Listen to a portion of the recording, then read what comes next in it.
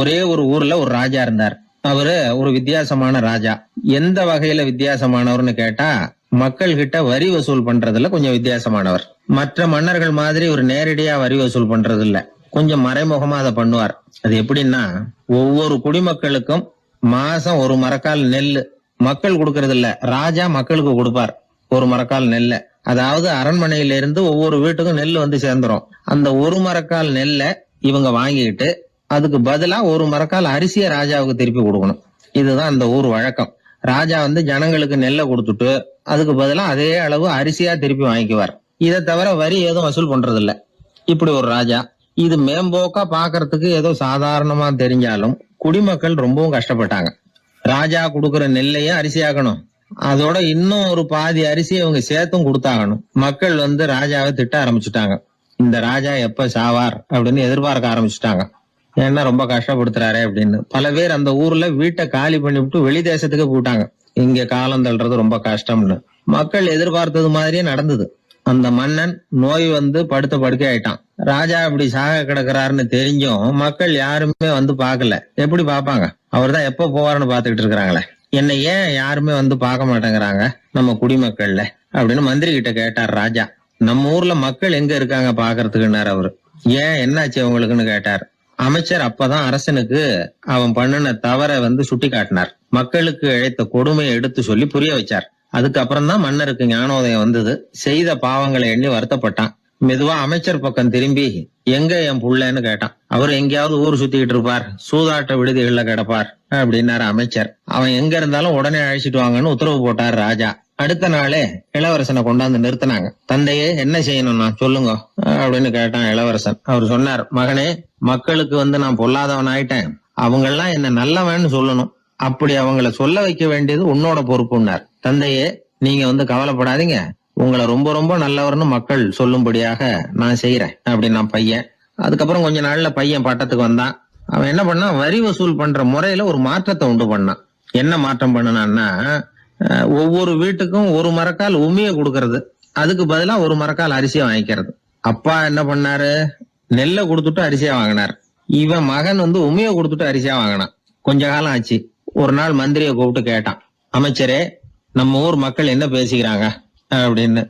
உங்க அப்பா ரொம்ப நல்லவன்னு பேசிக்கிறாங்க அப்படின்னாரு அமைச்சர். எப்படி இருக்கு பாருங்க, இவன் பண்ற கொடுமையில அப்பங்கார ரொம்ப நல்லவன் ஆயிட்டான். அதாவது இளவரசனை விட பழைய மன்னரே ரொம்ப நல்லவர், ரொம்ப பாதி கஷ்டம் தான் இது முழு கஷ்டம்ங்கிறது மாதிரி ஆயிட்டுது. எப்படியோ அப்பாவுக்கு கொடுத்த வாக்க புள்ள காப்பாத்தி விட்டான். அதாவது மன்னர் ரொம்ப நல்லவர்னு சொல்ல வைக்கிறேன்னு தானே சொன்னான், அதே மாதிரி சொல்ல வச்சுட்டான். இந்த காலத்துல இது மாதிரி அப்பாவுக்கு உதவுற பிள்ளைகள் உண்டு. ஒரு பிள்ளையாண்டான்னு சொன்னான், நான் எங்க அப்பாவுக்கு ரொம்ப ரொம்ப உதவியா இருக்கிறேன் அப்படின்னா. அப்படியா, உங்க அப்பாவுக்கு ரொம்ப உதவியா இருக்கிறியா அப்படின்னா, உங்க அப்பா என்ன செஞ்சிட்டு இருக்காருன்னு கேட்டேன். சும்மாதான் இருக்கிறார் அப்படின்னா அவன். சும்மா இருக்கிறதுக்கு இவன் உதவியா இருக்கிறானா? இப்படி இருக்கிறாங்க. அதாவது நல்லவன் அப்படின்னு பேர் வாங்குறது ரொம்ப கஷ்டம். அத வந்து எந்த வகையில வாங்கணும்னு முடிவு பண்றதுதான் முக்கியம். அதனால வாழ்க்கையில நாம வந்து மன்னரா இருந்தாலும் சரி, சாதாரண மக்களா இருந்தாலும் சரி, நல்லவன் அப்படிங்கிற பேர் வாங்குறது ரொம்ப முக்கியம். அப்படி நல்லவன்கிற பேர் வாங்கிட்டா வாழ்க்கை ரொம்ப சுலபமா அமையும். சில பேருக்கு தொட்டதெல்லாம் வெற்றியா முடியும், சில பேருக்கு தொட்டதெல்லாம் தோல்வியா முடியும். இதுல உள்ள ரகசியம் என்ன, அதை தெரிஞ்சுக்கணும்னா இந்த கதையை கேளுங்க. ஜப்பான்ல ஒரு பெரிய வீரர் இருந்தார். அவர் பேரு நொபுனாகா. அவர்கிட்ட இருந்த படை வீரர்கள் கொஞ்சம் பேர் தான். சிறிய படை பலத்தை வச்சுக்கிட்டு பெரிய பெரிய படைகளை எல்லாம் முறியடிச்சிருக்கிறார் அவர். அவ்வளவு சாமர்த்தியம் உள்ளவர். ஒரு தடவை எதிரி மீது படையெடுத்து போயிருக்கிறார். அப்போ அவருடைய படை வீரர்களுக்கும் தளபதிக்கும் ஒரு சந்தேகம் வந்துட்டுது. இந்த போர்ல நாம வெற்றி பெற முடியுமா அப்படிங்கிற சந்தேகம். இருந்தாலும் இதை எப்படி தலைவர்கிட்ட தெரிவிக்கிறது? ரொம்ப யோசனை பண்ணாங்க. கடைசியா கொஞ்சம் துணிச்சலை வரவழைச்சுக்கிட்டு மெதுவா கேட்டுட்டாங்க. அவரு பார்த்தார், சரி, அதை நாம முடிவு செய்ய வேணாம், புத்த விகாரத்துக்கு போயிட்டு வருவோம், பூவா தலையா போட்டு பாத்துருவோம், என்ன வருதோ அது பிரகாரம் செயல்படுவோம், என்ன சொல்றீங்க? ஏன்னா போருக்கு செல்லும் பொழுது முழு மனசோட போகணும், ஊசலாட்டம் இருக்கக்கூடாது அப்படின்னார். தளபதியும் படை வீரர்களும் சரின்னு ஒத்துக்கிட்டாங்க. உடனே அவங்க எல்லாரும் அங்க பக்கத்துல இருந்த கோயிலுக்கு போனாங்களாம். தலைவர் உள்ள போனார். எல்லாரும் ஆவலோட வெளியில காத்துக்கிட்டு இருக்கிறாங்க. ரொம்ப நேரத்துக்கு அப்புறம் அவர் வெளியில வந்தார். தளபதி, துணை தளபதிகள் எல்லாரையும் கிட்டத்துல கூப்பிட்டார். அவங்க முன்னிலையில ஒரு தங்க காசை எடுத்தார். இத பாருங்க, இப்ப பூவா தலையா போட்டு பாத்துருவோம். பூ வந்தா தோத்துருவோம், தலை வந்தா ஜெயிச்சிருவோம். அதனால பூ விழுந்தா போர் வேணாம், அதை தவிர்த்துருவோம். தலை விழுந்ததுன்னா போருக்கு போவோம். விதி இப்போ நம்ம கையில தான் இருக்கு. இங்க என்ன தீர்ப்பு கிடைக்குதோ அது பிரகாரம் நடப்போம் அப்படின்னு சொல்லிவிட்டு தங்க காசை சுண்டி போட்டார். அது அப்படியே சுழன்று மேல போய் கணீர்னு தரையில வந்து விழுந்தது.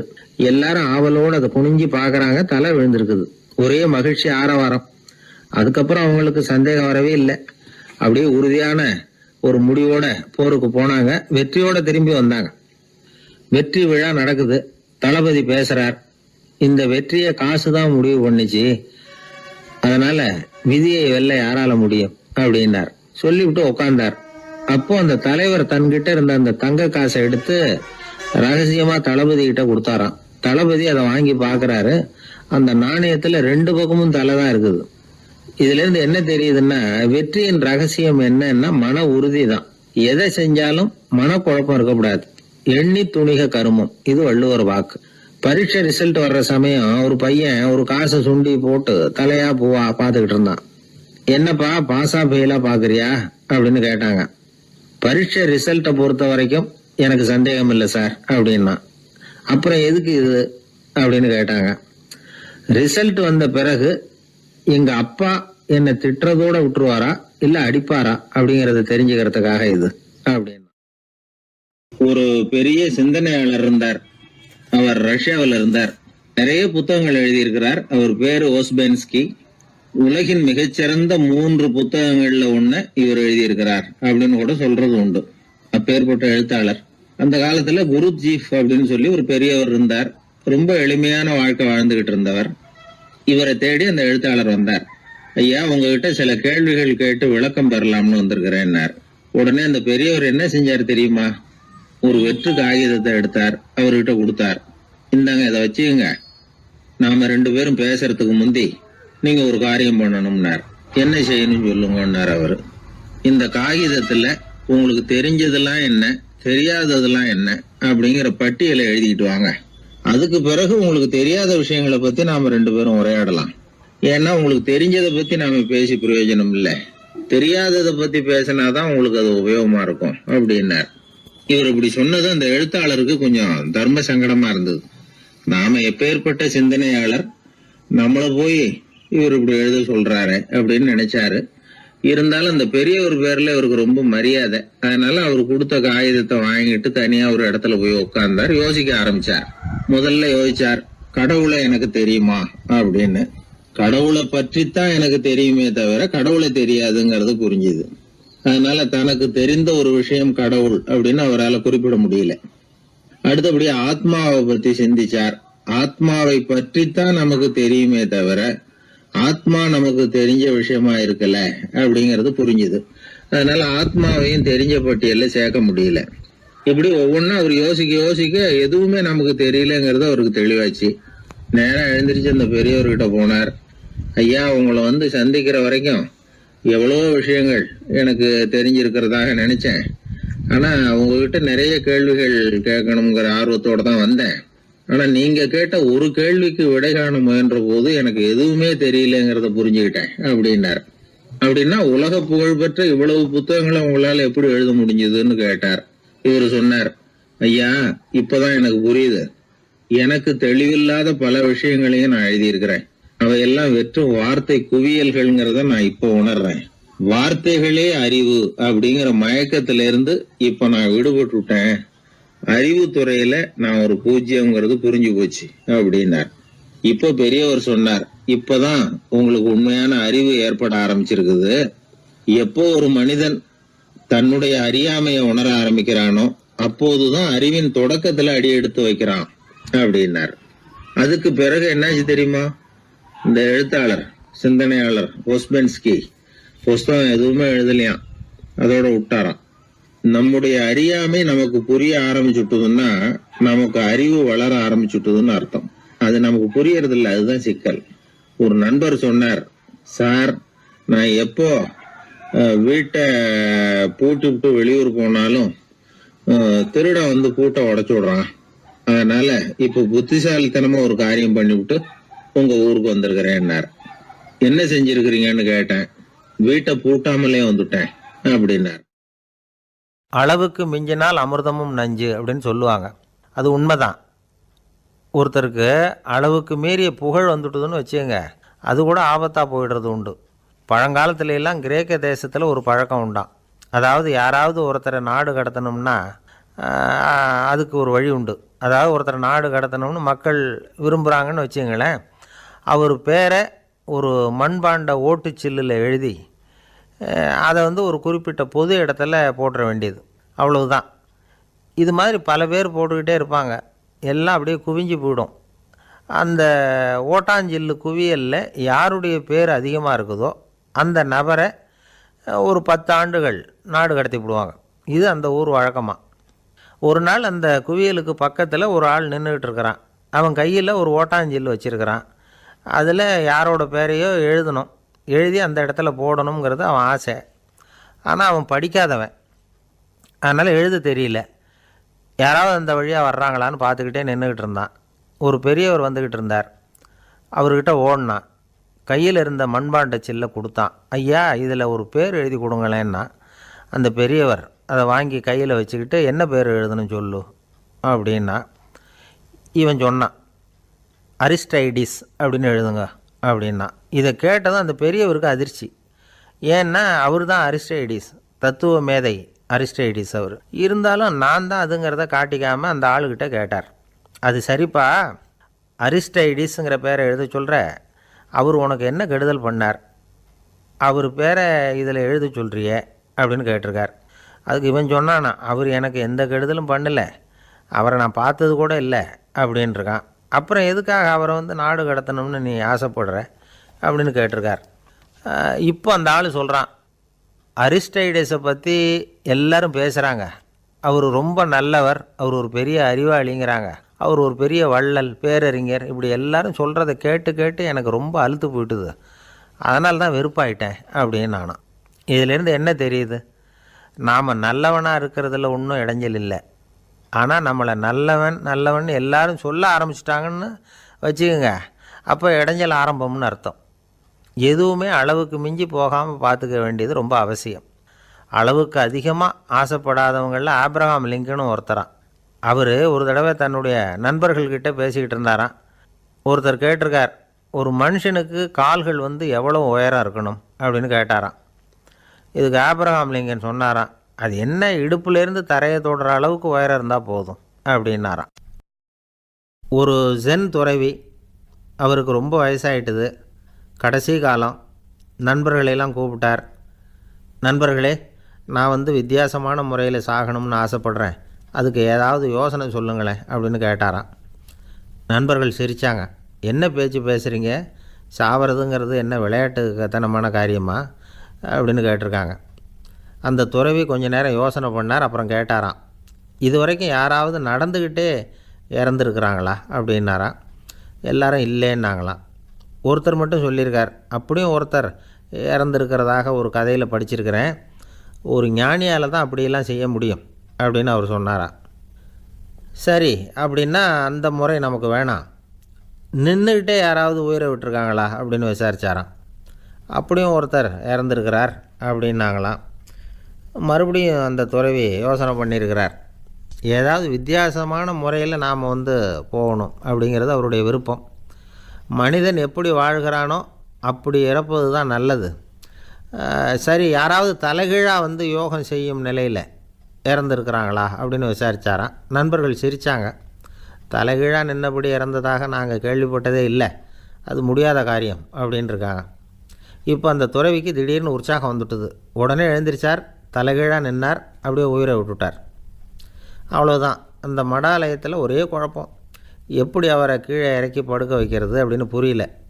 இப்படி உயிர் விடுறதை பற்றி அவங்க இது வரைக்கும் கேள்விப்பட்டதும் இல்லை. உண்மையிலேயே இவர் இறந்து தான் போனாராங்கிறதும் தெரியல. சோதித்து பார்த்தாங்க. இதய துடிப்பு, நாடி துடிப்பு எல்லாம் நின்று போயிருந்தது. இவர் எப்போவும் இப்படி தான், என்ன பண்ணுறது இப்போது அப்படின்னு சொல்லி எல்லோரும் குழம்பிக்கிட்டு இருக்கிற சமயத்தில் ஒரு பெரிய ஒரு யோசனை சொன்னார்.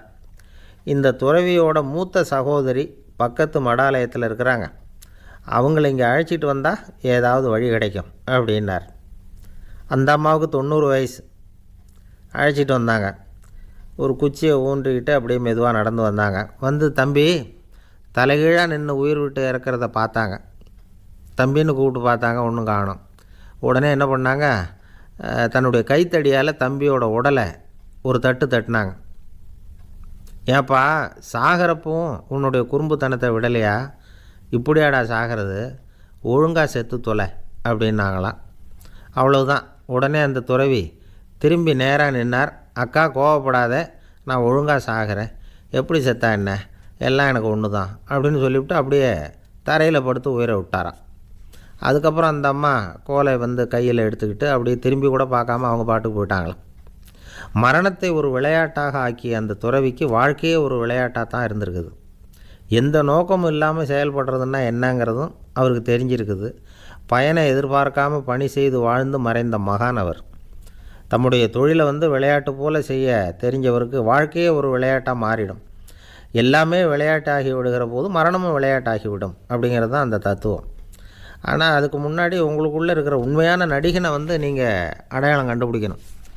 நீங்கள் நடிக்க வேண்டியதே இல்லை, நீங்கள் ஏற்கனவே நடிச்சுக்கிட்டு தான் இருக்கிறீங்க. நீங்கள் இந்த உண்மையை தெரிஞ்சுக்கணும், அவ்வளவுதான். இதுதான் ஞானிகளுடைய கருத்து. நீங்கள் தெருவில் நடந்து போயிட்டுருக்கிறீங்க, எதிரில் வர்றவர் உங்களை பார்த்து எப்படி இருக்கிறீங்கன்னு கேட்குறார். நல்லா இருக்கிறேங்கிறீங்க. உண்மையிலேயே நாம் நல்லா இருக்க மாட்டோம், ஏதாவது உடம்புல கோளாறு இருக்கும். ஆனால் அப்படி சொல்லுவோம் நல்லா இருக்கிறேன் அப்படின்னு. அது நடிப்பு தானே. உங்களை சந்தித்ததில் ரொம்ப மகிழ்ச்சி அப்படின்னு சொல்கிறோம். உடனே கொஞ்சம் நிதானமாக யோசித்து பாருங்கள், உண்மையிலேயே உங்கள் மனசு மகிழ்ச்சி அடைஞ்சுட்டுதா? அது நடிப்பு தானே. வாழ்க்கையை சரியாக புரிஞ்சுக்கிட்டால் எல்லாமே நடிப்புங்கிறது புரியும். கல்யாண பத்திரிக்கை அனுப்பியிருந்தேனே, ஏன்டா வரலன்னு கேட்டான் ஒருத்தன். வந்திருந்தேனே அப்படின்னானா இவன்.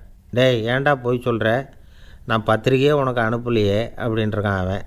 அதுக்கு இவன் சொன்னானா, பத்திரிக்கை அனுப்புனேன்னு நீ போய் சொல்கிறப்போ கல்யாணத்துக்கு வந்தேன்னு நான் போய் சொல்லக்கூடாதா அப்படின்னானா. ஒரு பெரிய பியானோ கலைஞர் வியன்னாவில் இருந்தார்.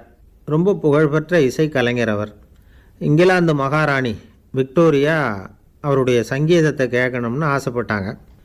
அவரை அரண்மனைக்கு கூப்பிட்டாங்களாம். பியானோ வாசிக்க சொல்லி கேட்டாங்களாம். இவரும் ரொம்ப பிரமாதமாக வாய்ச்சி காட்டியிருக்கார். உடனே பாராட்டி பரிசுகள்லாம் கொடுத்து அனுப்புனாங்களாம்.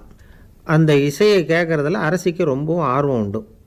அதனால் அதுக்கப்புறமும் அந்த கலைஞர் அடிக்கடி அரண்மனைக்கு வர வேண்டிய அவசியம் ஏற்பட்டது. ஏன்னா அரசி கூப்பிட ஆரம்பித்தாங்க. இவர் போகணும், அங்கே இசை நிகழ்ச்சி நடத்தணும்.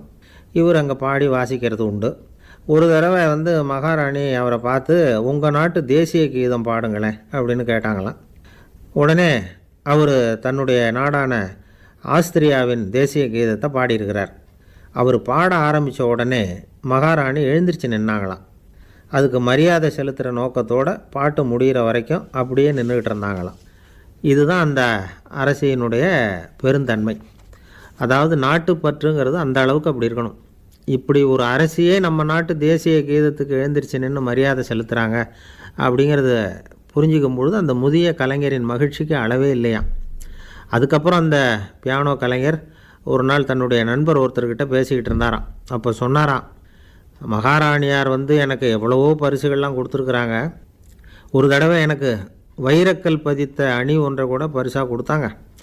ஆனால் அதை விட உயர்ந்த விலை மதிக்க முடியாத அணி என்ன தெரியுமா? நான் என்னுடைய நாட்டு தேசிய கீதத்தை நான் பாடுறப்போ அவங்க எழுந்திரிச்சு நின்று மரியாதை செலுத்தினாங்களே, அதுதான் எனக்கு கிடைச்ச மிகப்பெரிய பரிசு அப்படின்னாராம்.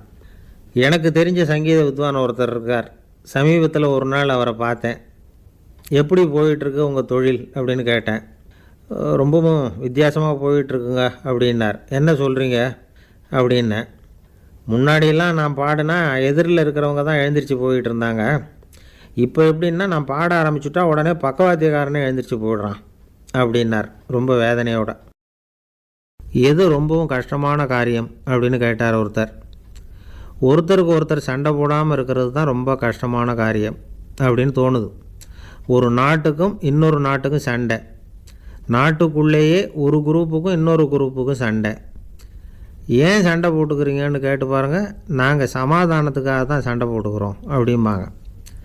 வாழறதுக்காக பிறந்த மனுஷன் லட்சியத்துக்காக உயிரை விட தயார் அப்படின்னு சொல்லிகிட்டு இருப்பான். அப்படி உயிரை விடுறவங்கள நாமளும் பாராட்டுவோம். ஆனால் ஒன்றும் இல்லாத விஷயங்களுக்கெல்லாம் சண்டை போடுறவங்களெல்லாம் அப்படிப்பட்டவங்களையும் சரி, உயிரை விடுறவங்களையும் சரி, என்னென்னு சொல்கிறது, யுத்தங்களாலேயும் சண்டைகளாலேயும் நாம் அடையிறது என்னங்கிறது ஒரு பக்கம் இருக்கட்டும், இழக்கிறது என்ன தெரியுமா? ஏராளமான உயிர்கள். ரத்தம் சிந்துறதுக்கு நான் தயார் அப்படின்னு மார்தட்டி சொல்லலாம். ஆனால் ரத்தம் சிந்தினா உயிர் காத்துக்கிட்டு இருக்க தயார் இல்லை. அதாவது உயிர் நமக்காக காத்துக்கிட்டு இருக்க தயார் இல்லை. இழக்கிற ரத்தத்தை ஈடுகட்டினா தான் உயிரை காப்பாற்ற முடியும். அதனால் இது சம்மந்தமாக ஆராய்ச்சி செய்கிற கட்டாயம் ஏற்பட்டு போச்சு. அதோட விளைவாக புதுசாக ஒன்றை கண்டுபிடிச்சிருக்கிறாங்க. அதுதான் செயற்கை ரத்த பொடி. இப்போ இந்த திடீர் சாம்பார் பொடி, திடீர் ரசப்பொடி, திடீர் காப்பி பொடி இப்படிலாம் சொல்கிறோம்ல, அது மாதிரி இது திடீர் ரத்த பொடி. இஸ்ரேல் ஒரு சின்ன நாடு, மக்கள் தொகை குறைச்சல், அதோட போர்கள் வேறு. அதனால் காயம்பட்டவங்களை காப்பாற்றியே தீர வேண்டிய கட்டாயம். காப்பாற்றணும்னா ரத்த இழப்பை தடுக்கணும். அப்படின்னா உடனடியாக புது ரத்தம் செலுத்தி ஆகணும். திடீர்னு ரத்தம் வேணும்னா எங்கே போகிறது? அதுவும் கிடைக்கிற ரத்தம் சேர்கிற குரூப்பாக இருக்கணும். ஒரு வேடிக்கை பார்த்தீங்களா, நான் வேறு குரூப்பு நீ வேறு குரூப்புன்னு இவன் சண்டை போடுறான். இதில் அடிபட்டவனுக்கு ரத்தம் கொடுக்க போனால் அதுலேயும் அது வேறு வேறு குரூப்பாக இருக்குது. அது ரத்தமும் வேறு வேறு குரூப்புன்னு சொல்லிகிட்டு இருக்குது. எந்த குரூப்பு ரத்தம் வேணும், அது உடனடியாக கிடைக்கலன்னா என்ன பண்ணுறது? இப்படிப்பட்ட கஷ்டம்லாம் நமக்கு வந்துடுது. இதுக்காக தான் விஞ்ஞானிகள் இந்த ரத்த பொடியை கண்டுபிடிச்சிருக்கிறாங்க.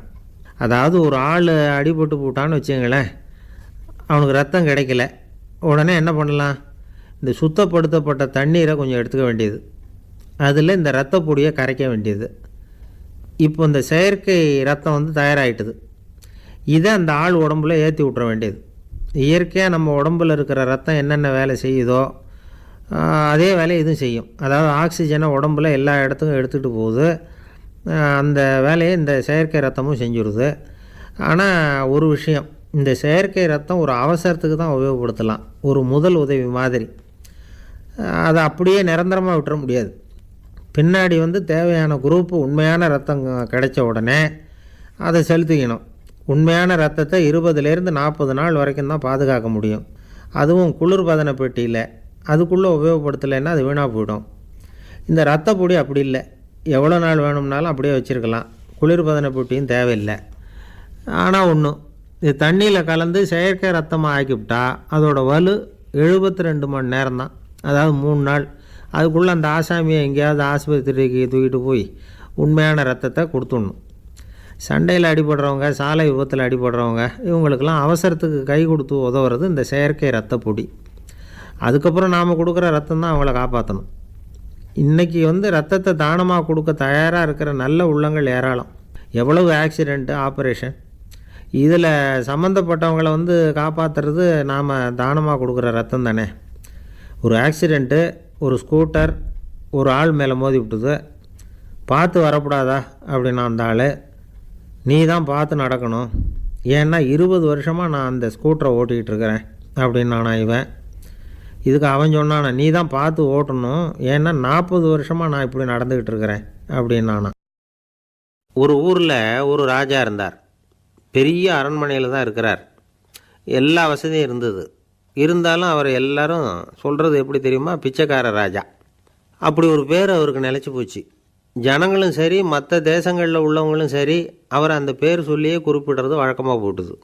இது அவருக்கு ரொம்ப கவலையாக போச்சு. என்ன இது, நம்மளை தேடி வர்றவங்களுக்கெல்லாம் நாம் சோறு போடுறோம், நம்ம புகழ்ந்து பாடல் ஏற்றி கொண்டு வர்ற புலவர்களுக்கெல்லாம் அவங்க எப்படி வந்தாலும் ஒருவேளை சோறு போடணுங்கிறது உத்தரவு. இவ்வளவுலாம் செஞ்சும் நம்மளை போய் பிச்சைக்கார ராஜான்னு எல்லாரும் சொல்கிறாங்களே, அது ஏன், எதுக்காக இப்படி சொல்கிறாங்க? இதுதான் ராஜாவுக்கு குழப்பம். சரி, இதை பற்றி நம்ம அமைச்சர்கள்கிட்ட கேட்கலாமா அப்படின்னு யோசனை பண்ணார். இந்த விஷயத்தை போய் அவங்கக்கிட்ட எப்படி கேட்குறதுன்னு அவருக்கு தயக்கமாக இருந்தது. கௌரவ குறைச்சலாக தெரிஞ்சுது அவருக்கு. சரி, சாதாரண குடிமக்கள்கிட்ட இதை பற்றி கேட்கலாமா அப்படின்னு யோசனை பண்ணார். கேட்கலாம். ஆனால் அவங்க யாரும் ராஜா முன்னாடி நின்று தைரியமாக பேசக்கூடிய அளவுக்கு இல்லை. ராஜாவோட குழப்பம் நாளுக்கு நாள் அதிகமாக போச்சு. கடைசியாக அவர் ஒரு முடிவுக்கு வந்தார். அதாவது இதை பற்றி ஒரு பிச்சைக்காரங்கிட்டே கேட்டு பார்த்துட்டா என்ன. இதுதான் அவர் பண்ண முடிவு. உடனே மாறு வேஷம் போட்டுக்கிட்டு நகர்வலம் போனார். ஒரு பிச்சைக்காரனை கண்டுபிடிச்சார். இதை பாருப்பா, நம்ம ராஜாவை எல்லாரும் பிச்சைக்கார ராஜான்னே சொல்கிறாங்களே, அதுக்கு என்ன காரணமாக இருக்கும் அப்படின்னு கேட்டார். அதுக்கு அவன் சொல்கிறான், இதுக்கான பதிலை இன்னும் ஒரு 30 நாளில் சொல்கிறேன் அப்படின்னா. உடனே இவருக்கு சந்தோஷம். உண்மையை அவங்ககிட்ட சொன்னார். நான் வேறு யாரும் இல்லை, நான் தான் இந்த நாட்டு ராஜா. இப்போ நீ என் கூடவே வந்துடு, அரண்மனையிலேயே தங்கிக்கோ. 30 நாள் கழித்து எனக்கு பதில் சொல்லிவிட்டு அதுக்கப்புறமா நீ போகலாம் அப்படின்னு சொல்லி அழைச்சிட்டு வந்துட்டார். அரண்மனையில் ஒரு மூலையில் அவன் தங்கறதுக்கு இடம் கொடுத்தார். தினம் 2 வேளையும் இவனுக்கு சோறு போடுங்க அப்படின்னு உத்தரவு போட்டார். ராஜா கொடுத்த இடத்துல போய் உக்காந்துக்கிட்டான் அந்த பிச்சைக்காரன். தினமும் அந்த அரண்மனையில் நடக்கிறதையெல்லாம் கவனிச்சிக்கிட்டு வந்தான். வேளைக்கு சாப்பாடு வரும், சாப்பிட்டுக்கிட்டு இருக்கான். இப்படி 30 நாள் முடிஞ்சுது. ராஜா வந்தார். என்னோட கேள்விக்கு பதில் என்னன்னு கண்டுபிடிச்சிட்டியான்னார். கண்டுபிடிச்சிட்டேன்னா. என்ன எல்லாரும் பிச்சைக்கார ராஜான்னு சொல்கிறாங்களே, அது நியாயமாக படுதா உனக்குன்னு கேட்டார். நியாயமாக தான் படுது, சந்தேகம் இல்லாமல் நீங்கள் பிச்சைக்கார ராஜா தான். என்ன தான் நீங்கள் வசதியோடவும் படைபலத்தோடவும் இருந்தால் கூட நீங்கள் எங்கள் வர்க்கத்தை சேர்ந்த ஆசாமி தான் அப்படின்னு அடித்து சொல்லிவிட்டான் அந்த ஆள். ஏனால் அப்படி சொல்கிறேன்னு கேட்டார் இவர். அரசே, ஒரு உண்மையை கண்டுபிடிச்சி சொல்கிறதா நான் உங்ககிட்ட சொன்னேன். நீங்கள் ராஜ பரம்பரைன்னா உடனே உங்கள் கழுத்தில் கிடக்கிற முத்து மாலையை கழட்டி பரிசாக கொடுத்துருப்பீங்க, பொன்னையும் மணியையும் கொடுத்துருப்பீங்க. ஆனால் நீங்கள் அப்படி செய்யலை. என்னை ஒரு மூலையில் உட்கார வச்சு 2 வேளை சோறு போட சொன்னீங்க. உங்களை தேடி யார் வந்தாலும், யார் பாராட்டி பேசினாலும் அல்லது பிரச்சனைகளை சொன்னாலும் நீங்கள் செய்கிற ஒரே காரியம் சோறு போடுறது தான். பிச்சைக்காரனுக்கு சோறு மட்டும்தான் உலகம். உங்கள் விஷயத்துலேயும் நீங்கள் அப்படி தான் நினைக்கிறதாக தெரியுது. நல்லா கவனிங்க. எந்த ஒரு பிரச்சனைக்கும் சோறு தான் முடிவுன்னு நினைக்கிறீங்க பாருங்கள். நீங்கள் சந்தேகமில்லாத எங்களை சேர்ந்த ஆள் தான் அப்படின்னு விட்டான் அந்த பிச்சைக்காரன். அதுக்கப்புறம் தான் அந்த ராஜா தன்னுடைய தவறுகளையெல்லாம் திருத்திக்கிட்டாராம். பசின்னு வர்றவங்களுக்கு சோறு தான் போடணும், அது தப்பு இல்லை. பாராட்ட வர்றவங்களுக்கெல்லாம் சோத்தையே போட்டு அனுப்புனா இப்படி தான் பேர் வரும். எனக்கு தெரிஞ்ச ஒருத்தர் தினமும் யாராவது ஒருத்தரை தன் வீட்டுக்கு அழைச்சிட்டு போவார், சாப்பாடு போட்டு அனுப்புவார். முன்னறிவிப்பு இல்லாமல் திடீர்னு ஒரு விருந்தாளியோட வீட்டில் போய் இவர் நிற்கிறது வழக்கம். அந்த அம்மாவும் இவருக்காக தயார் பண்ணி வச்சுருந்ததை இவர் அழைச்சிட்டு வந்திருக்கிற விருந்தாளிக்கு போட்டுருவாங்க. விருந்தாளி சாப்பிட்டுட்டு போனதுக்கப்புறம் இவர் மனைவிகிட்ட உனக்கு சிரமம் வேணாம் அப்படின்னு சொல்லிவிட்டு பக்கத்தில் உள்ள ஒரு ஹோட்டலுக்கு போய் காசு கொடுத்து சாப்பிட்டுட்டு வந்துடுவார். பல நாள் இப்படி நடக்கும். ஒரு நாள் அவரை தனியாக கூப்பிட்டுக்கிட்டு போய் ஏன் இப்படி பண்ணுறீங்கன்னு கேட்டோம். அதுக்கு அவர் சொல்கிறாரு, எங்கள் வீட்டு சாப்பாட்டிலேருந்து தப்பிக்கிறதுக்கு எனக்கு வேறு வழி எதுவும் தெரியல சார், அதனால தான் இப்படி பண்ணிகிட்ருக்கிறேன் அப்படின்னார் ரொம்ப பரிதாபமாக. ஒருத்தன் எப்படி நடந்துக்கிறாங்கிறத வச்சு தான் அந்த ஆள் எப்படிங்கிறத நாம் முடிவு பண்ணுறோம். ஆளுமைன்னு சொல்கிறோம்ல, அதுக்கு சூழ்நிலைகளை ஆளுகின்ற தன்மை அப்படின்னு விளக்கம் கொடுக்குறார் ஒரு உளவியல் நிபுணர். சரி, ஒரு மனிதனுடைய ஆளுமையை உருவாக்குகிற விஷயங்கள் என்னென்ன? பிறப்பு, வளர்க்கப்பட்ட விதம், படிப்பு, நண்பர்கள், சமுதாயம், இப்படி நிறைய உண்டு. ஆளுமையின் அடிப்படையில் சில மனநோய்கள் உண்டாகுது. அதெல்லாம் என்னென்னங்கிறத தெரிஞ்சு வச்சுக்கிட்டோம்னா நம்ம கூட இருக்கிறவங்கள அடையாளம் கண்டுபிடிக்கிறதுக்கு அது ரொம்ப உபயோகமாக இருக்கும். ஃப்ரெனாய்டு ஆளுமை அப்படின்னு ஒன்று. இந்த கோளாறு உள்ளவங்க எப்படி இருப்பாங்க தெரியுமா? அதிக உணர்ச்சி, சந்தேகம், பொறாமை இதெல்லாம் அதிகமாக இருக்கும். வளைஞ்சு கொடுக்க மாட்டாங்க. அடுத்தவங்களோட இணக்கமான உறவு இருக்காது. அவங்க செய்கிற தப்புக்கெல்லாம் அடுத்தவங்களை குறை சொல்லிகிட்டு இருப்பாங்க. இது ஒரு ரகம். அடுத்தது ஸ்கிசாய்டு ஆளுமை அப்படின்னு சொல்கிறாங்க. இந்த கோளாறு உள்ளவங்க அடுத்தவங்களோட பழக கூச்சப்படுவாங்க. சின்ன வயசுலேயே இது ஆரம்பமாயிடுது. பகல் கனவுலேயே சஞ்சரிப்பாங்க. அவங்களுடைய விரோதம், கோபம் இதை கூட வெளியில் காட்டிக்க முடியாமல் இருப்பாங்க. இவங்களுக்கு அகமுகம், பிரச்சனைகள்லேருந்து ஒதுங்கி எதுலேயும் ஈடுபாடு இல்லாதவங்களாக இருப்பாங்க. இப்படி ஒரு ரகம். அடுத்தது சைக்ளோதமிக் ஆளுமை அப்படின்னு சொல்கிறாங்க. அது என்னென்னா, உணர்ச்சிகளில் ஏற்றத்தாழ்வு அதிகமாக இருக்குமா. சில சமயம் பார்த்தா மகிழ்ச்சியாக இருப்பாங்க, சில சமயம் சோகமாக உட்காந்துருப்பாங்க. அவங்க மனநிலைக்கு தகுந்த மாதிரி சமூக நிகழ்ச்சிகளில் பங்கெடுத்துக்குவாங்க. இன்னொரு வகை என்னென்னா எண்ணப்பீடிகை ஆளுமை அப்படின்னு பேர் வச்சுருக்கிறாங்க. அதுக்கு இவங்களுக்கெல்லாம் கரெக்டாக இருக்கணும், எல்லாம் சட்டத்திட்டம், இதுலேயும் ஒரு ஒழுங்குமுறை, இப்படி எதிர்பார்க்குற மனோபாவம். இவங்க எதிர்பார்ப்புக்கும் வரன்முறைக்கும் மற்றவங்க கட்டுப்படணும்னு நினைப்பாங்க. இந்த நிலைமை நீடித்தா என்ன ஆகும் தெரியுமா?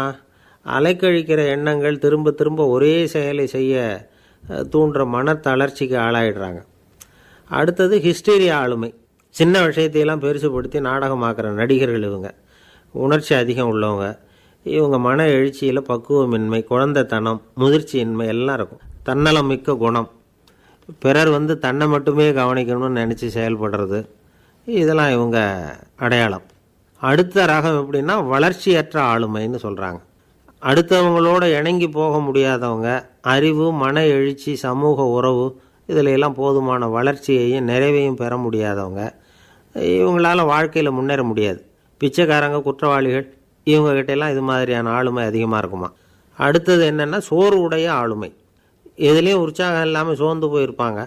அதுக்கெல்லாம் நமக்கு வலிமை இல்லைப்பா அப்படின்னு சொல்லிகிட்டு இருப்பாங்க.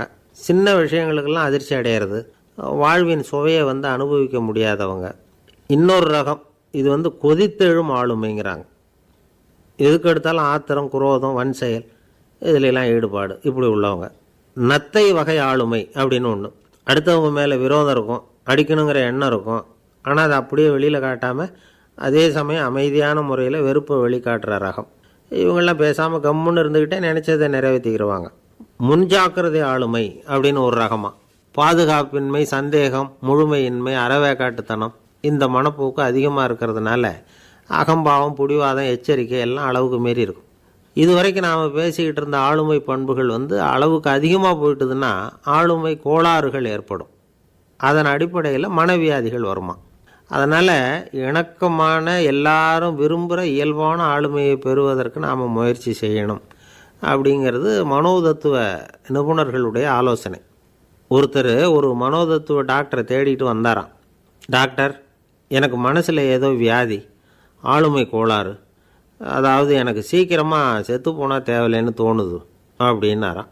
உடனே அந்த டாக்டர், சரி அப்படின்னா இங்கே இருங்க, நான் வைத்தியம் பார்க்குறேன் அப்படின்னாராம். ஆஃபீஸு முடிஞ்சு வீட்டுக்கு போகிற சமயத்தில் ஒருத்தர் கடைக்கு போய் ஸ்வீட் வாங்கினார். சரி, வீட்டுக்கு பிள்ளைங்களுக்கு தான் வாங்கிட்டு போகிறார் அப்படின்னு மற்றவங்க நினச்சாங்க. அவர் அப்படி செய்யலை. அந்த இடத்துலையே பொட்டலத்தை பிரித்தார். திருட மாதிரி அப்படியே சுற்றி ஒரு தரம் பார்த்துக்கிட்டார். யாரும் தெரிஞ்சவங்க இல்லைங்கிறத முடிவு பண்ணிவிட்டு அவசரமாக அதை அப்படியே போட்டு முழுகிவிட்டு கையை தொடச்சிக்கிட்டு நல்ல பிள்ளை மாதிரி நடந்து போக ஆரம்பிச்சிட்டார். அவர் யாருன்னா, அவரோட பிரச்சனை எல்லாருக்கும் தெரியாது, சில பேருக்கு தான் தெரியும். அதாவது அவர் உடம்பில் சர்க்கரை இருக்குதுன்னு டாக்டர் சொல்லிவிட்டாராம். அதனால் வீட்டில் சர்க்கரையே இவர் கண்ணில் காட்டுறதில்ல. அதனால் இவர் யார் கண்ணிலையும் படாமல் இப்படிப்பட்ட வேலைகள்லாம் செய்கிறது வழக்கம். யாருக்கும் தெரியாமல் இப்படி ஸ்வீட்டை வாங்கி சாப்பிட்டுட்டு அவர் பாட்டுக்கு போயிடுறது. இப்படிப்பட்டவங்களுக்கெல்லாம் கொஞ்சம் ஆறுதலான தகவல் இன்றைக்கி. அது என்னென்னா, நாம் சாப்பிட்ற சர்க்கரைக்கும் நம்ம உடம்பில் உள்ள சில கோளாறுகளுக்கும் அப்படி என்ன தான் சம்மந்தம் இருக்குது. இதை பற்றி சமீபத்தில் சில ஆராய்ச்சிகள்லாம் நடந்திருக்குது. ஏன்னா சர்க்கரைன்னாவே விஷம் மாதிரி அதை பார்க்குறவங்களும் சில பேர் உண்டு. சின்ன பிள்ளைங்களுக்கு வயத்தில் பூச்சி உண்டாகிறதுலேருந்து பெரியவங்களுக்கு நீரிழிவு வர்ற வரைக்கும் எல்லாத்துக்கும் சர்க்கரை தான் காரணம்னு சொல்லிகிட்டு இருக்கிறோம். ஆனால் அந்த அளவுக்கு பயப்பட வேண்டிய அவசியம் இல்லை அப்படின்னு சொல்கிறாங்க. சர்க்கரை வியாதி, இருதய நோய், பித்த நீர்ப்பை நோய் இதெல்லாம் சில நோய்கள்லாம் நாம் சாப்பிட்ற சர்க்கரைக்கும் தொடர்பு இருக்குன்னு நினைக்கிறோம். ஆனால் அப்படி சம்பந்தம் உண்டுங்கிறதுக்கு போதுமான அளவுக்கு ஆதாரம் இல்லை அப்படிங்கிறாங்க ஆராய்ச்சியாளர்கள். ஒரே ஒரு சம்பந்தம் தான் உறுதியாக இருக்குதான். அதுவும் இந்த பல் சிதைவு அப்படின்னு இருக்கு இல்லையா, அந்த சர்க்கரை சாப்பிட்றதுக்கும் இந்த பல் சிதைவுக்கும் சம்பந்தம் இருக்குது அப்படிங்கிறத மட்டும் உறுதியாக சொல்கிறாங்க. சர்க்கரைன்னா நாம் சாப்பிட்ற ஜீனி மட்டும் இல்லை, பழம், காய்கறி, பால், தேன் இப்படி எல்லாத்துலேயும் அது இருக்குது. கேரட்டு கொடுக்குற சத்தில் 88% சர்க்கரை, ஆப்பிள் கொடுக்குற சக்தியில் 95% சர்க்கரை. இது ஜீனி சர்க்கரை, இது ஆப்பிள் சர்க்கரை அப்படிங்கிற வித்தியாசம்லாம் உடம்புக்கு கிடையாது. ரெண்டுமே உடனடியாக சக்தி கொடுக்குது. ஒரு ஸ்பூன் சர்க்கரையில் 16 கலோரி தான் சத்து இருக்குது. அதிகமாக சர்க்கரை சாப்பிட்டா நீரிழிவு வந்துருங்கிறது தப்பான ஒரு அபிப்பிராயம். டயபெட்டிஸுங்கிறது ஒரு மெட்டபாலிக் டிசார்டர், அவ்வளவுதான். அதாவது நாம் சாப்பிட்ற சர்க்கரையை நம்ம உடம்பு திறமையாக உபயோகப்படுத்திக்க முடியல அப்படின்னு அர்த்தம். அதனால தான் அதிகமாக இனிப்பு வேணாம்னு சொல்கிறோம். ஏற்கனவே உடம்பால் முடியாத ஒன்றை மறுபடியும் அது தலையில் சுமத்தி அதிகமாக வேலை வாங்க வேணாமே அப்படிங்கிறதுக்காக தான். ஆகாரத்தில் அதிகமாக சர்க்கரை இருந்தால் அதனால் உடனே சர்க்கரை வியாதி வந்துடும்ங்கிறதுக்கு விஞ்ஞான ரீதியாக போதுமான ஆதாரம் இல்லை. அதனால் எப்போவாவது அதிகமாக ஸ்வீட்டு சாப்பிட்டுட்டா ஐயோ அதிகமாக சாப்பிட்டோமோ என்ன பண்ண போகுது தெரியலையே அப்படின்னு நினச்சி மனசை போட்டு குழப்பிக்க வேண்டியதில்லை. பொதுவாக எதுவுமே அதிகமாக வேண்டாம், எல்லாம் சீராக இருந்தால் போதும். நீரிழிவுங்கிறது புதுசாக வந்துட்ட ஒரு நோய் இல்லை, ரொம்ப காலமாகவே இருக்கிற ஒன்று தான். நம்ம முன்னோர்கள் இதை மதுமேகம் அப்படின்னு சொல்லுவாங்க. அதை கட்டுப்படுத்துறதுக்கு அவங்களே சில வழிமுறையை சொல்லி வச்சுருக்கிறாங்க. அது என்னென்னா வேறு ஒன்றும் இல்லை, இந்த பாவக்காய், முள்ளங்கி, அருகம்புல் அவ்வளவுதான். வெள்ளை முள்ளங்கி இருக்குல்ல, அதை வாரத்துக்கு 3 நாள் சாப்பிட்டுக்கிட்டு வாங்க. நூலுக்கோல் ரொம்ப நல்லது. இல்லைன்னா முள்ளங்கி சாறு 1 அவுன்ஸு சாப்பிட்டுட்டு வரலாம். ரத்தத்தில் சேர்கிற சர்க்கரை அளவை இதெல்லாம் கட்டுப்படுத்துது. சிறுநீரில் காணப்படுகிற சர்க்கரை அளவையும் சமநிலைப்படுத்துது. தினமும் ஆகாரத்தில் கோதுமை, கேழ்வரகு, வெந்தயம், கருவேப்பிலை, சோயாபீன்ஸ் எது கிடைக்குதோ சேர்த்துக்கலாம். இப்படிலாம் செஞ்சுக்கிட்டு வந்தால் அப்புறம் வீட்டுக்கு தெரியாமல் கடையில் போய் நின்றுக்கிட்டு ஸ்வீட் வாங்கி திருட்டுத்தனமாக சாப்பிட வேண்டிய அவசியமே உங்களுக்கு வராது. 2 ஆசாமிகள் கடற்கரையில் உட்காந்து சாவகாசமாக பேசிக்கிட்டு இருந்தாங்களாம். ஒருத்தர் சொன்னார், இன்னொருத்தருக்கு தெரியாமல் ஸ்வீட்டு சாப்பிட்றதே எப்பவும் இடைஞ்சல் தான் சார். நேற்றுக்கு பாருங்கள், அப்படி தான் சாப்பிட்டுக்கிட்டு இருந்தேன், வீட்டுக்காரி கண்ணில் போட்டுவிட்டுதோ, அதுக்கப்புறம் ஒரே ரகலையாக போச்சு அப்படின்னாராம். எனக்கு கூட அப்படி தான் சார் ஆகிட்டுது, ஒரே ரகலை அப்படின்னாராம் இன்னொருத்தர். நீங்கள் சாப்பிட்டதும் உங்கள் வீட்டுக்காரங்க கண்ணில் போட்டுவிட்டுதா சார் அப்படின்னு கேட்டிருக்கார் இவர். அதுக்கு அவர் சொன்னாராம், அப்படி இல்லை சார், கடைக்காரர் கண்ணில் போட்டுவிட்டுதோ, நான் அவருக்கு தெரியாமல் அந்த ஸ்வீட்டை அவர் கடையிலேருந்து எடுத்திருந்தேன் அப்படின்னு விளக்கம் கொடுத்தாராம் இந்த ஆள். ஒருத்தர் முகத்தை தொங்க போட்டுக்கிட்டு ஒரு மாதிரியாக வந்தார். என்ன விஷயம்னு விசாரித்தேன். என்னுடைய நண்பன் ஒருத்தங்கிட்ட கருத்து வேறுபாடு, இனிமேல் நமக்குள்ளே எந்த சம்மந்தமும் வேணாம்னு நட்பை முறிச்சிட்டு வந்துட்டேன்னா. நண்பர்கள்னு இருந்தால் கருத்து வேறுபாடு வரத்தான் செய்யும்னு. கருத்து வேறுபாடு வராமல் இருக்கிறதுக்கு ஏதாவது வழி உண்டா அப்படின்னு கேட்டாங்க. அதை பற்றி நிபுணர்கள் சில யோசனைகளை சொல்லியிருக்கிறாங்கன்னு. முதல் விஷயம் என்னென்னா, உங்கள் நண்பனுக்கு ஒரு செய்தி சொல்லணும்னா அதை நீங்களே நேரடியாக சொல்லுங்கள், அல்லது உங்கள் கைப்பட கடிதம் எழுதுங்க. அதாவது நேரடி தொடர்பு முக்கியம். அதை விட்டுட்டு இன்னொருத்தர் மூலமாக நண்பர்களுக்கு செய்தி அனுப்புனா நீங்கள் சொல்கிற செய்தி அப்படியே போய் சேராது, அது சேதமாயிடும். கூட்டி குறைச்சி சொல்லிவிடுவாங்க, அது குழப்பத்தில் கொண்டாந்து விட்டுரும். இது ஒரு யோசனை. 2வது யோசனை என்னென்னா, நீங்கள் ஒரு நல்ல காரியத்தை செய்யும் பொழுது உங்கள் நண்பரையும் சேர்த்துக்குங்க, அவருக்கும் அதில் ஒரு ஈடுபாட்டை உருவாக்குங்க. 3வது யோசனை, நம்ம பக்கத்தில் இருக்கிற நண்பர் மகிழ்ச்சி அடைகிற மாதிரி ஏதாவது செய்யணும்.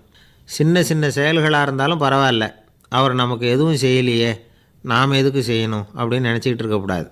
4வது யோசனை என்னென்னா, உங்களுக்கு ஒரு பிரச்சனையா அல்லது உங்கள் நண்பருக்கு ஒரு பிரச்சனையா, எதுவாக இருந்தாலும் 2 பேரும் சேர்ந்து உட்காந்து ஆலோசனை பண்ணுங்கள். நம்ம யோசனையும் கேட்கப்படுதே அப்படிங்கிற நினைப்பே அவருக்கு ஒரு மன நிறைவை உண்டாக்குமா. 5வது யோசனை, உங்கள் நண்பர் ஏதோ ஒரு காரியத்தை செய்கிறார், நீங்கள் உடனே அவசரப்பட்டு நீ செய்கிறது தப்புன்னு தீர்ப்பு சொல்லக்கூடாது. அவர் அதை செய்கிறதுக்கான நியாயங்கள் எவ்வளவோ இருக்கும், அதை புரிஞ்சுக்கிறதுக்கு முயற்சி பண்ணணும். 6வது யோசனை, உங்கள் நண்பர் என்ன சொன்னாலும் அதை பொறுமையாக கேளுங்க. அவர் சொல்கிறத புரிஞ்சுக்கணும், அவர் சொல்ல விரும்புகிறத புரிஞ்சுக்கணும், அவர் சொல்ல முடியாமல் தவிக்கிறதையும் புரிஞ்சுக்கணும். இப்படி 3 விதமாகவும் அவரை புரிஞ்சுக்கிட்டு அதுக்கு தகுந்த மாதிரி செயல்படணும். 7வது யோசனை என்னென்னா, உங்கள் நண்பர் உங்ககிட்ட ஏதோ ஒரு கருத்தை சொல்கிறார், அது உங்களுக்கு பிடிக்கல, அதுக்காக உடனே நீ சொல்கிறது சரியில்லை, நான் ஒத்துக்க மாட்டேன் அப்படின்லாம் மறுத்துக்கிட்டு இருக்கக்கூடாது. அவர் சொல்கிறத கேட்கணும், பொறுமையாக சிந்திக்கணும், அதுக்கப்புறம் பதில் சொல்லணும். இப்படிலாம் நடந்துக்கிட்டால் நண்பர்களுக்குள்ள கருத்து வேறுபாடு வர்றதுக்கு வாய்ப்பே இருக்காது அப்படின்னு வல்லுநர்கள் தொகுத்து சொல்லியிருக்கிறாங்க இந்த யோசனைகளை. எனக்கு தெரிஞ்ச சில நண்பர்கள் உண்டு, அவங்களுக்குள்ளேயும் கருத்து வேறுபாடுகள் வராமல் இருக்கிறதுக்கு சில நுட்பங்களை கையாளுறது உண்டு. ஒருத்தர் சொன்னார், அந்த டாக்டர் சின்ன வயசுலேருந்து என் கூட பழகினவர், நாங்கள் 2 பேரும் இணை பிரியாத நண்பர்கள். இருந்தாலும் எனக்கு உடம்பு சரியில்லைன்னா நான் அவர்கிட்ட வைத்தியம் பார்த்துக்க மாட்டேன் அப்படின்னார் ஒருத்தர். ஏன் அப்படின்னு கேட்டேன். எங்கள் நட்பு கெட்டுப்போடக்கூடாது இல்லையா, அதனால தான் அப்படின்னார் இவர். பொங்கல் திருநாள். பொங்கல் திருநாள்னா இது ஏதோ அறுவடை திருநாள் அப்படின்னு சொல்லுவோம். அதாவது வருஷம் பூரா நாம் பாடுபட்டு அதனுடைய பலனை அனுபவிக்கிற நாள் அப்படிங்கிறது நாம் சொல்லிகிட்டு இருக்கிறது. இது முக்கியமாக இது ஒரு நன்றி அறிவிப்பு நாள் அப்படின்னு சொல்லுவாங்க. இன்றைக்கி நிறைய நன்றி அறிவிப்பு கூட்டம்லாம் நடந்துக்கிட்டு இருக்குல்ல, அது மாதிரி விவசாயிகள் நடத்துகிற ஒரு நன்றி அறிவிப்பு விழா இது. யாருக்கு நன்றி சொல்கிறாங்கன்னா, ஆதவனுக்கு. அதாவது சூரியன் இல்லைன்னா விவசாயம் இல்லை. அதனால் ஆதவனுக்கு நன்றி செலுத்துகிற நாளாக இந்த பொங்கல் திருநாளை நாம் கொண்டாடுறோம்.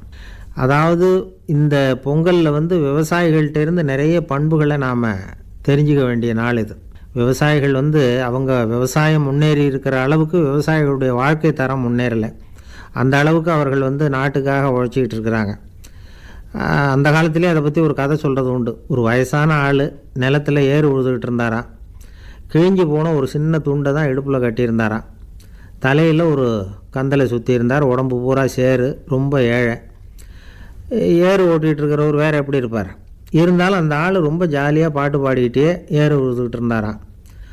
உடம்புல தான் அவர் ஏழையை தவிர மனசில் ஒரு ஏழையாக தெரியல. அந்த சமயத்தில் அந்த நாட்டு ராஜா அந்த பக்கமாக குதிரை மேலே வந்தாராம். வேட்டைக்கு போயிட்டு பரிவாரங்களோடு திரும்பி வந்துக்கிட்டு இருக்கிறார். ரொம்ப செல்வ செழிப்பில் இருக்கிற ராஜா அவர் இந்த வயசான விவசாயியை பார்த்துருக்கார். இந்த ஆள் ரொம்பவும் ஏழைங்கிறது அவர் பார்த்தாவே பளிச்சுன்னு தெரியுது. கட்டிக்கிறதுக்கு நல்ல துணி இல்லை, உடம்போ இழைச்சி போயிருக்குது, வயிறு முதுகில் போய் ஒட்டிகிட்டு இருக்கு, கண்ணு குழி விழுந்து போயிருக்குது. ஆனாலும் முகத்தை பார்த்தா சந்தோஷமாக இருக்கிற மாதிரி இருக்குது. இவ்வளோ உற்சாகமாக பாடிக்கிட்டு இருக்கிறாரே அப்படின்னு ஆச்சரியமாக நினச்சி பார்த்தார் அந்த ராஜா.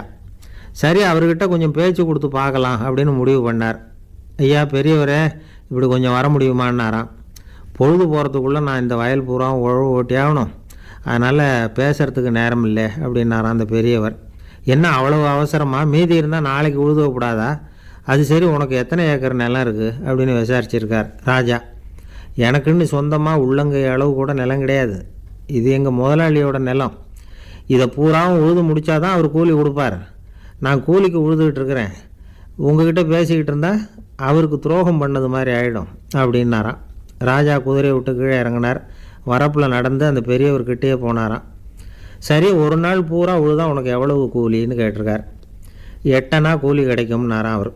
இது ரொம்ப காலத்துக்கு முன்னாடி நடந்த ஒரு சம்பவங்கிறதுனால அப்போ 8 அணா கூலிங்கிறது ரொம்ப பெருசு. இருந்தாலும் அதுவும் அந்த ராஜாவுக்கு பெரிய கூலியாக தெரியல. இவ்வளவு தானா, இதை வச்சுக்கிட்டு நீ எப்படி காலம் தள்ளுற அப்படின்னாராம். ஒன்றும் கவலை இல்லை அப்படின்னாராம் அவர். ராஜாவுக்கு ரொம்ப ஆச்சரியமாக போச்சு. 8 அணா கூலி வாங்குகிற இந்த ஆள் கவலை இல்லாமல் இருக்கிறார், ஏராளமான வசதியோடு இருக்கிறன்னா கவலை இல்லாமல் வாழ முடியலையே அப்படின்னு நினச்சி பார்த்துருக்கார். அது சரி, 8 அணாவில் எப்படி குடும்பம் நடத்துகிற அப்படின்னு கேட்டாராம். எனக்கு கிடைக்கிற 8 அணாவில் 2 அணா குடும்பத்துக்கு செலவழிக்கிறேன், 2 அணா பழைய கடனுக்கு கொடுக்குறேன், 2 அணா தர்மம் செய்கிறேன், 2 அணா வட்டிக்கு கொடுக்குறேன், ஒரு குறையும் இல்லைன்னாராம். ராஜாவுக்கு ஒன்றும் புரியல. எனக்கு ஒன்றும் புரியலேன்னு இருக்கார். ஐயா, எனக்கும் என் மனைவிக்கும் 2 அணா செலவாகுது. வயசான அம்மா அப்பா இருக்கிறாங்க, சின்ன வயசில் என்னை காப்பாற்றினவங்க அவங்க. அந்த கடனுக்கு 2 அணா செலவாகுது, அது பழைய கடன். என் தங்கச்சி ஒருத்தி ஆதரவு இல்லாத நிலைமையில் தன்னுடைய மகனோட என் வீட்டில் இருக்கிறா. அவளுக்கும் அவள் மகனுக்கும் 2 அணா செலவு பண்ணுறேன், அது தர்மம். எனக்கு 2 பிள்ளைங்க இருக்கிறாங்க, அவங்களுக்கு 2 அணா செலவு பண்ணுறேன், அது வட்டிக்கு கொடுக்கறது மாதிரி. பிற்காலத்தில் அவங்க எங்களை காப்பாற்றுவாங்க. அந்த வகையில் நான் திருப்தியோடு வாழ்ந்துக்கிட்டு இருக்கிறேன் அப்படின்னாராம். ராஜாவுக்கு அர்த்தம் புரிய ஆரம்பிச்சுதான். அந்த பெரிய நிலத்தை விலை கொடுத்து வாங்கி அந்த பெரியவருக்கே தானமாக கொடுத்துட்டாராம். இப்போ உழுதவருக்கே நிலம் சொந்தமாயிட்டுது. அன்னையிலேருந்து அரசனுக்கும் ஆறுதல் கிடைச்சிதான். இப்படி ஒரு கதை சொல்லுவாங்க. 8 அணா வருமானத்தை வச்சுக்கிட்டு எப்படி காலத்தை தள்ளுறதுன்னு சொல்கிறதுக்காக இந்த கதையை சொல்கிறதாக யாரும் தப்பாக நினச்சிக்கக்கூடாது. கிடைக்கிறத எப்படி பங்கு போடுறார், எப்படி திருப்தியாக வாழறார் அப்படிங்கிறது தான் முக்கியம். அது மாதிரி இன்றைக்கு இந்த பொங்கல் திருநாளில் உழவர்கள் மனசு மகிழ்ச்சியாக இருந்ததுன்னா அது எல்லாரும் மகிழ்ச்சியாக இருக்கிறது மாதிரி அர்த்தம். அதனால் அவர்கள்ட்டேருந்து நாம் பாடம் கற்றுக்கணும். சில உழவர்கள் தங்கள் நிலத்தில் விளையிறத தாங்கள் சாப்பிட மாட்டாங்க, அடுத்தவங்கள்ட்ட விற்றுட்டு சந்தையில் போய் வேறு அரிசி வாங்கிட்டு வந்து தான் இவங்க சாப்பிடுவாங்க. அப்படிப்பட்ட விவசாயிகள்லாம் இது உண்டு. பங்கிடுகிற பண்பை உழவர்கள்ட்டேருந்து கற்றுக்கொள்ளுங்கள் அப்படிம்பாங்க. ஒரு ஆள் நிம்மதியாக மகிழ்ச்சியாக இருந்தானா, உங்கள் நிம்மதிக்கும் மகிழ்ச்சிக்கும் என்ன காரணம்னு கேட்டிருக்கார் இன்னொருத்தர். என்கிட்ட இருந்தது பூராவையும் என் பிள்ளைங்களுக்கு சமமாக பங்கு போட்டு கொடுத்துட்டேன், எனக்குன்னு எதுவுமே வச்சுக்கல, அதுதான் நிம்மதிக்கு காரணம்ன்றிருக்கான். உங்ககிட்ட இருந்தது எவ்வளவு இருந்தது அப்படின்னு கேட்டிருக்காரு அவர். மொத்தமாக ஒரு 50,000 ரூபா இருக்கும் அப்படின்னு இருக்கான். அவ்வளவும் பணமாகவே இருந்ததா அப்படின்னு கேட்டிருக்காங்க இவங்க. இல்லைங்க, அவ்வளவும் கடன், அதை தான் பிரித்து கொடுத்துருக்கேன் பிள்ளைங்கக்கிட்ட அப்படின்னு நானா அவன்.